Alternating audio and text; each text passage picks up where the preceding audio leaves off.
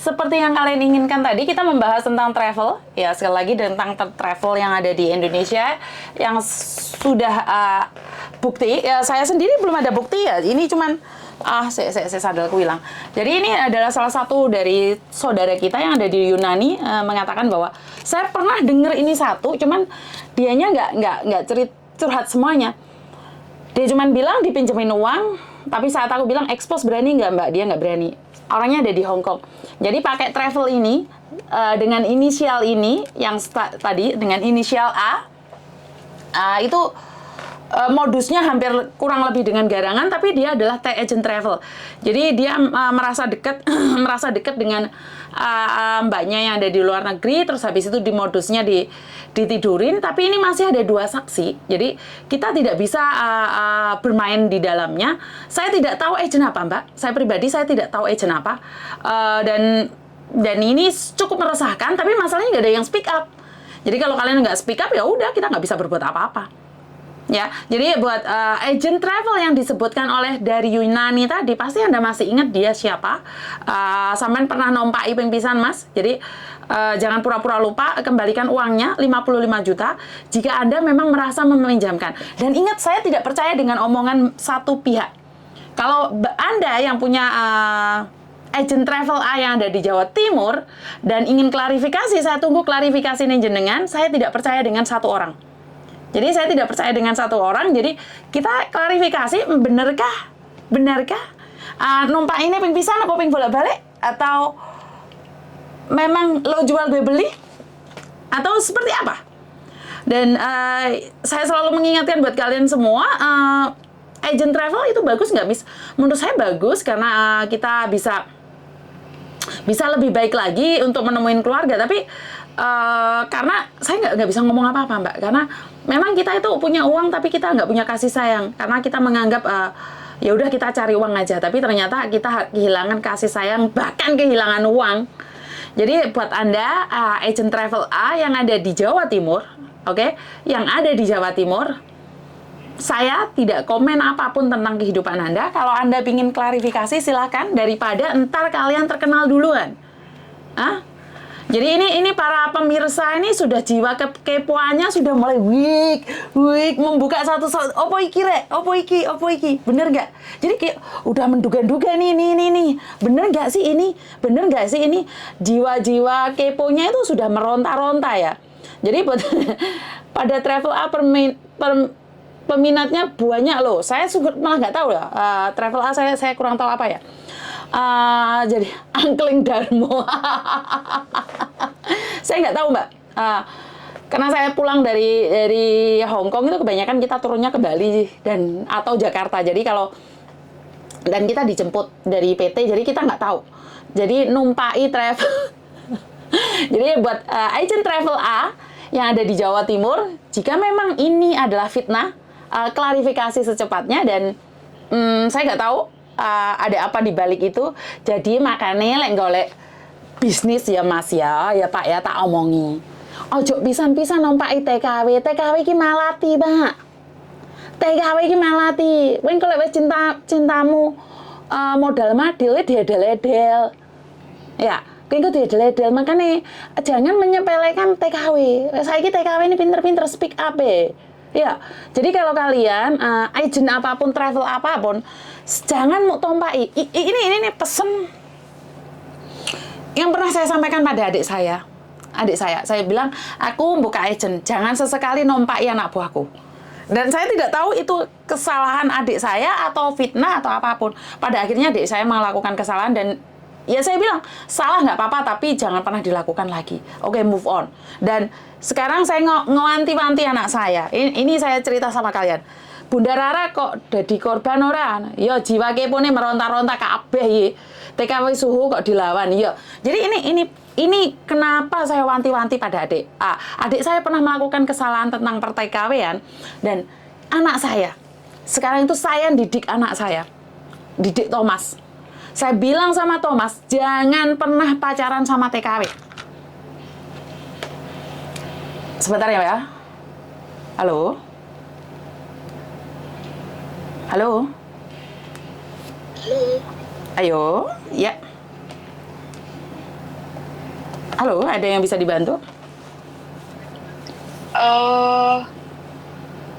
Ini benar Miss Yuni ya? Saya sendiri, Mbak.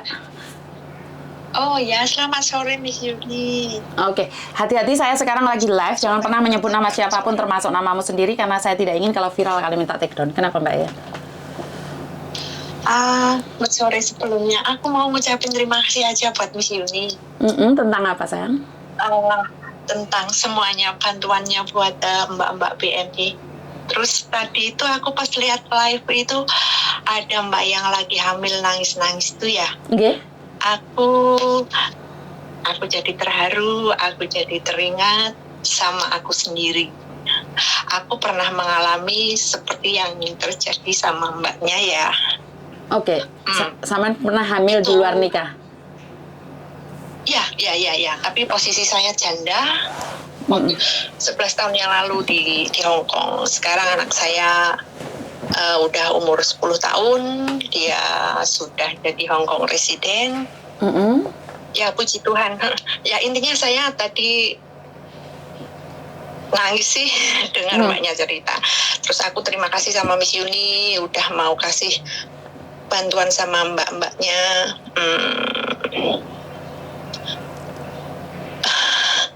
Aku nangis, Miss Yuni. Kok jadi nangis ini? Ada apa?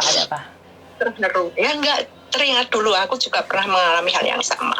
Tapi puji Tuhan sekarang aku sudah menikah dan anakku udah jadi orang Hong Kong.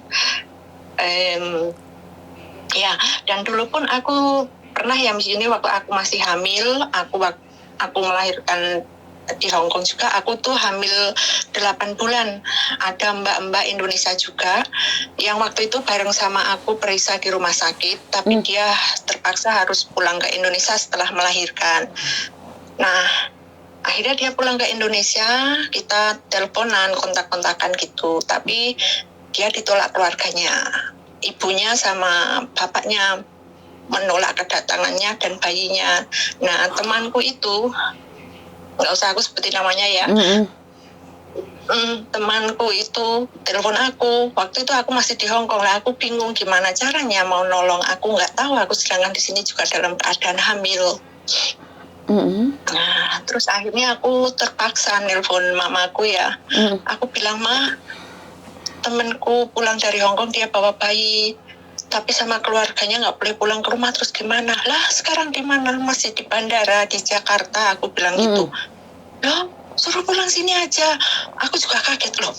Mamaku padahal nggak kenal temanku itu siapa, malah suruh pulang ke rumahku. Terus aku telepon temanku yang masih di bandara supaya pulang ke rumahku. Terus aku kasih alamat, dia menuju rumahku. Waktu itu harus ganti pesawat. Akhirnya keluargaku jemput dia 1 hari kemudian, dia sampai di kotaku. Nggak usah aku sebutin kotanya juga ya Miss Yuni. Keluargaku jemput dia sama anaknya.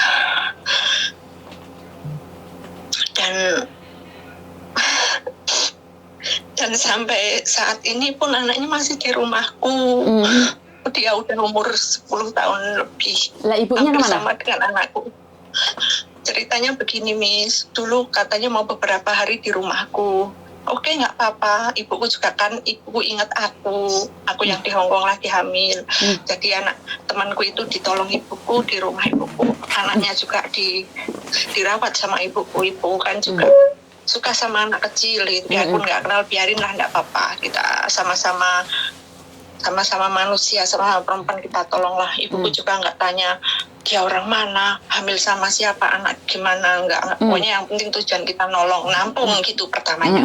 Nah terus temanku itu beberapa hari di rumahku, dia pamit pulang ke rumah orang tuanya tanpa mengajak bayinya. Terus memang dia pulang ke rumah orang tuanya, terus balik lagi ke rumah orang tuaku, rumah ibuku. Habis gitu dia bilang mau nitip anakku. Oke, nggak mau, dia bilang mau kerja lagi ke Taiwan atau ke Singapura. Dia nggak mau balik ke Hong Kong lagi, dia udah trauma gitu. Oh ya nggak apa-apa, kalau memang tujuanmu mau kerja lagi buat anakmu nggak apa-apa gitu kan. Terus akhirnya dia masuk PT, proses ke Taiwan. Terus dulu dia janji katanya mau kerja, kalau udah kerja dia mau kirim buat beli susu atau pampers buat anaknya. Oh ya enggak apa-apa, yang penting kamu kerja dulu, anakmu biar di sini dirawat ibuku. Aku bilang gitu, kamu enggak usah mikirin apa-apa, yang penting kamu sehat, kamu kerja, nanti kamu bisa ngumpulin banyak uang buat merawat anakmu yang di ibuku ya. Terus habis itu beberapa bulan kemudian tuh dia tuh nggak ngubungi keluargaku, nggak ngubungin aku, bahkan Facebookku diblokir, WA aku diblokir, semua sama keluargaku, nomor-nomor keluargaku diblokir. Kayak ibuku kan juga bingung loh, iki piye, dititipin bayi. Sedangkan terus waktu itu bingung, tapi akhirnya aku bilang gini. Terus waktu itu aku beberapa bulan kemudian aku juga udah melahirkan di Hong Kong, anakku udah lahir di sini. Aku bilang biarin lama. Masalah biaya mama ndak usah bingung, tak kirim stok ini, aku udah kerja lagi. Aku bilang, lah kamu di situ juga punya anak, wes ndak apa-apa, anakku juga yang Tuhan itu selalu kasih berkat buat anak-anaknya. Aku bilang gitu, wes percaya sama Tuhan aja. Aku bilang ya. Terus akhirnya itu loh, terus beberapa tahun kemudian kan anak itu harus sekolah, sedangkan data-data anak itu dia ndak punya data terakhir. Dia dulu tuh cuma punya paspor sama bersertifikat Hong Kong sama yang dari KJRI itu. Kan itu buat sekolah di Indonesia juga nggak bisa, harus punya akte. Akhirnya kita buatkan akte atas nama adik kandungku di Indonesia. Adik kandungku kan dia udah punya suami, dia udah berkeluarga, jadi bisa bikin akte buat anak itu. Ya sampai sekarang anak itu udah kelas 4, ganteng, bocah. Tapi Bu gak goleki?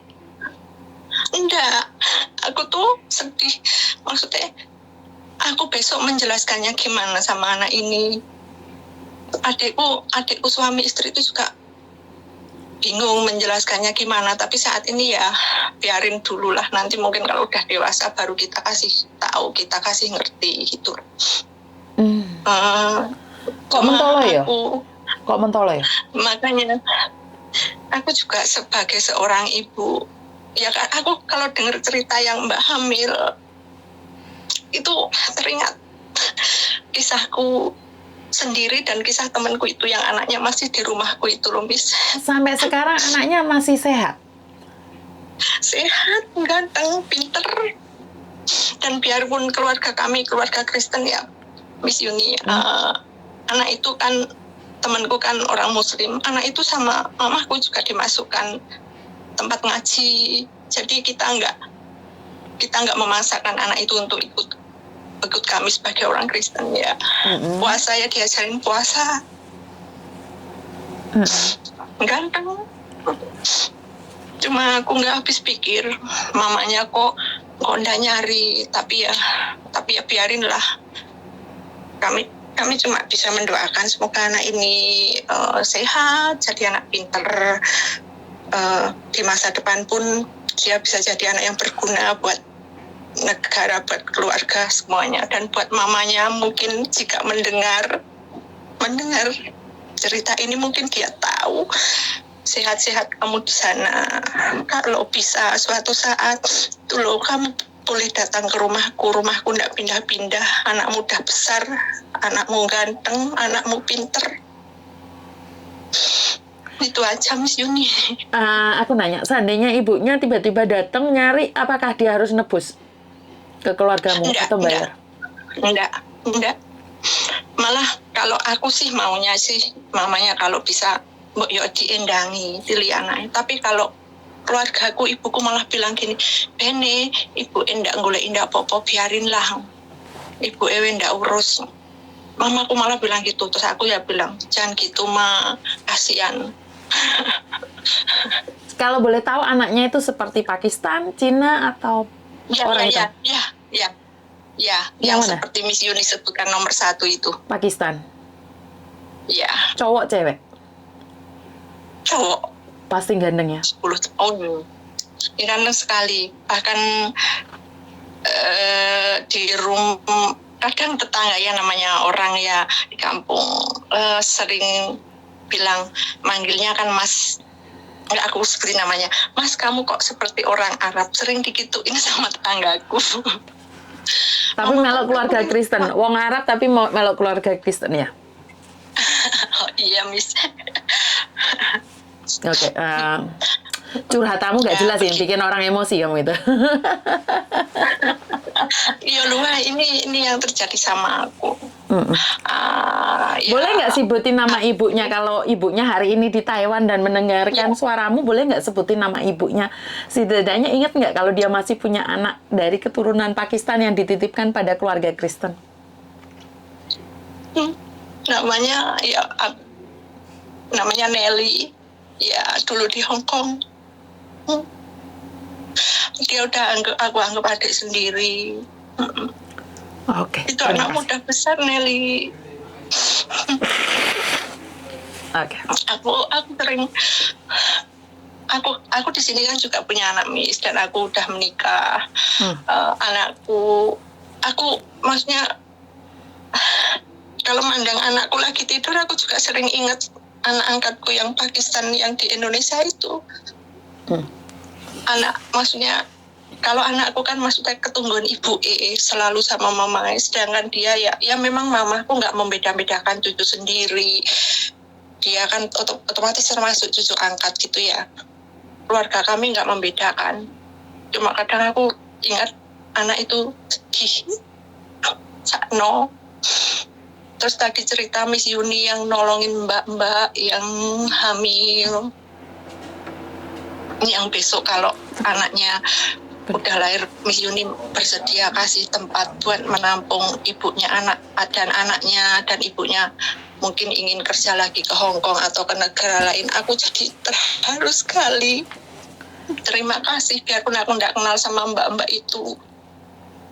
Terima kasih sama Miss Yuni, aku kok. Wes Mbak, ojo nangis Mbak, aku malah nangis gimana? Aku nangis tenan kok. Oke. Oh iya, Miss Yuni. Aku ini Miss Yuni, misalkan ada mbak-mbak di sini yang hamil atau mungkin punya anak, aku juga pengen bantu beliin susu buat mamanya, buat babynya gitu loh. Itu piye caranya, Miss Yuni? Nek sampean nggak keberatan, sampean boleh antarkan ke rumah saya karena kebetulan ada yang lagi hamil dan butuh susu. Oh iya. Nanti saya libur kerja, saya tak ke rumah Miss Yuni. Siap. Tak ngajak anakku. Siap. Anakku ya Blackman loh, Miss Yuni. Anaknya sampean di Blackman. Ingat seorang anak tidak pernah meminta atau diberikan kesempatan untuk memilih ibunya lahir dari rahim siapa. Betul. Jadi tidak ada masalah bagi saya. Saya tidak pernah diskriminasi, ya oke? Ya, Miss Yuni. Oke. Ya, pokoknya buat Miss Yuni, semoga sehat selalu, diberkati selalu, buat mbak-mbaknya semua sehat-sehat selalu, jaga diri baik-baik. Oke. Kita kerja buat keluarga, gitu aja, Miss Yuni. Matur nuwun. Terima kasih. Oke, bye-bye. Bye-bye. Oke. Aduh, kita lagi bahas iku apa ya? Lagi bahas agent travel moro-moro NSN telepon bawangnya brojol. Hamil Pakistan. Oke. Buat Mbak Nelly yang saat ini ada di Taiwan, yang pernah melahirkan di satu tempat di keluarga Kristen, Mbak, sekarang anakmu udah umur 10 tahun dan dia cakep banget.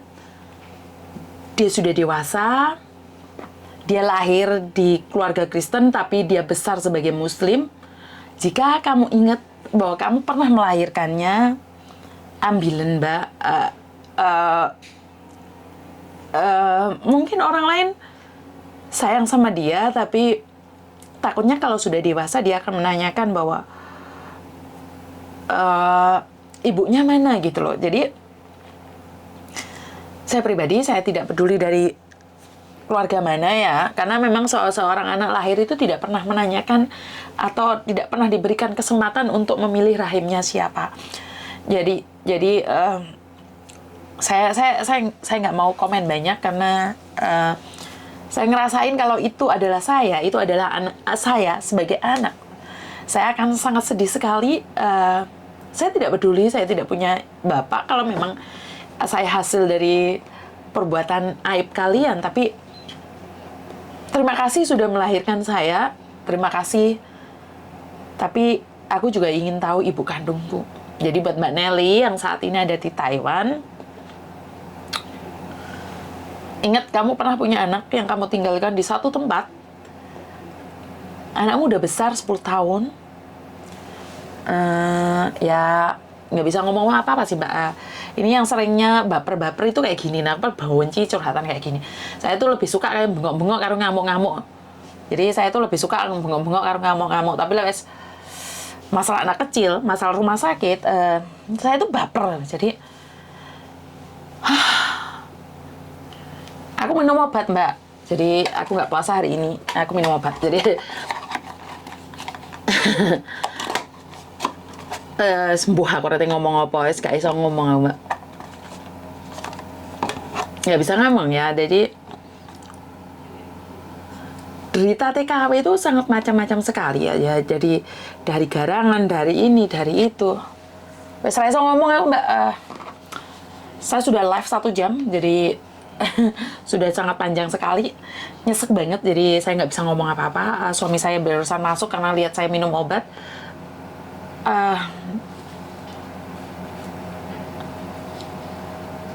Ya udahlah, aku nggak mau ngomong banyak nih Mbak. Kurang lebihnya saya minta maaf dan ntar malam live lagi. Mas Kuya, Pak Surya mungkin ngajak live lagi berbicara tentang bea cukai, tapi untuk saat ini belum bisa ditentukan kapan, jam berapanya. Jadi Mas Kuya akan live lagi, saya akan umumkan. Jadi itu aja dari saya, kurang lebihnya saya minta maaf karena saya sudah nggak bisa ngomong lagi. Dan wassalamualaikum warahmatullahi wabarakatuh. Berkat Tuhan mengalir atas hidup kita semua, semoga semua makhluk hidup bahagia dan terima kasih. Bye bye.